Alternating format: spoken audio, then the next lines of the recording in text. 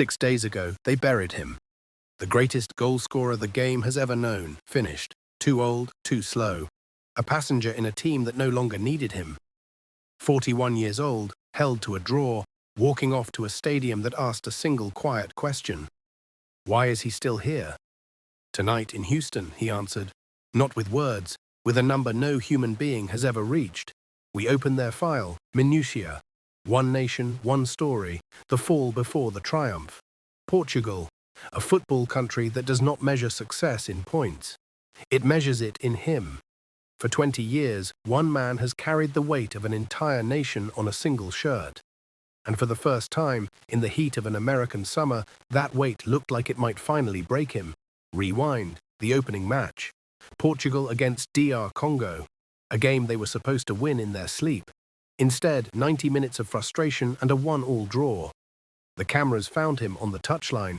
No goal, no spark, just a man staring into the middle distance while the world wrote his obituary.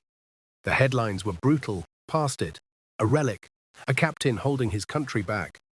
Even at home, the whispers started. Maybe it is time. Maybe the next generation should lead alone. This is the part of the story everyone remembers. The fall, the doubt, the slow public unmaking of a legend. But this is Minutia, and we are interested in what happens next. Group K, Houston, Texas, NRG Stadium. The roof closed against the heat, the noise trapped inside like a held breath. Portugal against Uzbekistan, a team with nothing to lose and everything to prove. And a manager, Roberto Martínez, who kept faith when the country wanted change. He named the same captain, the same number 7. One more time. It took 6 minutes. João Cancelo drifts to the right. The cross is low, hard, skidding across the turf into the one patch of grass no defender wants to occupy. And there he is. Of course he is. Cristiano Ronaldo arriving at the near post the way he has arrived for 23 years, stretching out a boot and turning silence into thunder. 1-0. But watch the run. Watch the timing. This is not the man they buried 6 days ago. This is something older and far more dangerous. A predator who has been starved and remembers exactly how to hunt. And in that single moment, history quietly turns. Because with that goal, Cristiano Ronaldo becomes the first player in the entire history of football to score at 6 different World Cups. Not 5. 6, spanning 2 decades, 4 continents, an entire generation of defenders who came and went while he simply refused to leave. Only one man has ever scored older at a World Cup. His name is Roger Milla. The company at the very top of this mountain is almost empty now. Here is what should worry the favourites. Because a wounded Ronaldo is one thing, a vindicated one is a different animal entirely. The dam does not just crack, it collapses. 17 minutes, a free kick on the edge of the box. The whole stadium expects the captain to stand over it, because the captain always stands over it. But he steps aside, he leaves it. And Nuno Mendes, a kid who grew up watching this man on television, drives it through the gap in the wall and into the net. 2-0. The senior man, the supposed ego, the one they said was too selfish to share the stage, choosing the moment to hand it to someone else. 39 minutes. He is not finished. A second goal, taken with the cold certainty of a man who has done this 5,000 times, and the route is on. By half-time, it is a procession. By the hour mark, an Uzbek own goal from Nematov makes it 4, and late, with the game long dead, the substitute Rafael Leão crashes in a 5th. 5-0. A statement written in capital letters across an entire continent. But the score is not the story.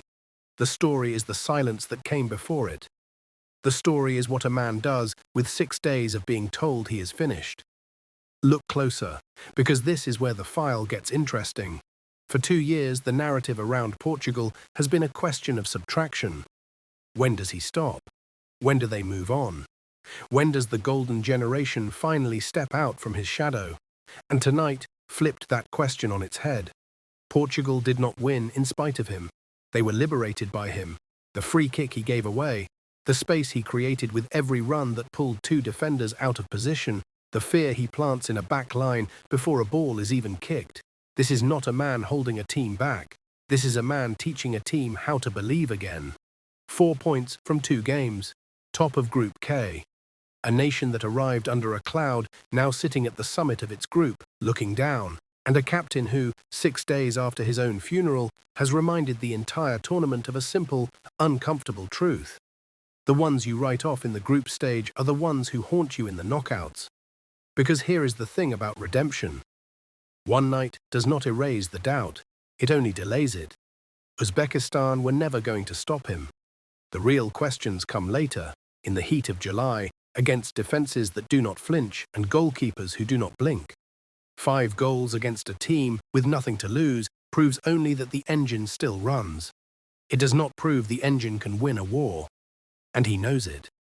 You could see it in the way he did not celebrate the 5th. No arms outstretched, no roar to the cameras, just a nod and a glance at the schedule, because for a man chasing the only trophy that has ever escaped him, one good night is not an answer. It is a down payment.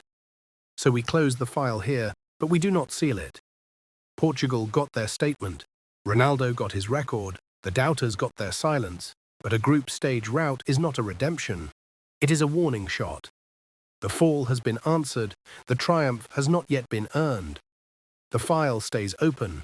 If this hit, like it, share it with one football friend, and subscribe. A new file opens tomorrow. The files never close.